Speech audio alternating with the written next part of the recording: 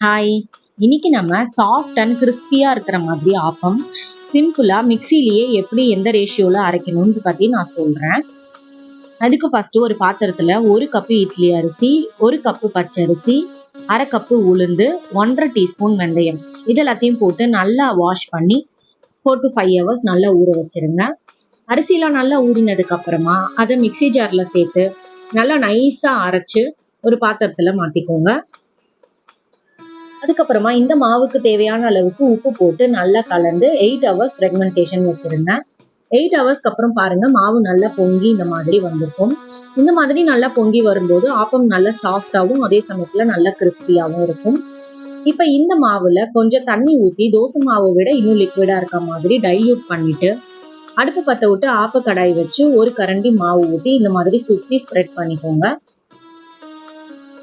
அதுக்கப்புறமா சுத்தி வர எண்ணெய் ஊத்திட்டு மூடி போட்டு மூடி வச்சு ஆப்பம் வேகிற வரைக்கும் வெயிட் பண்ணலாம்.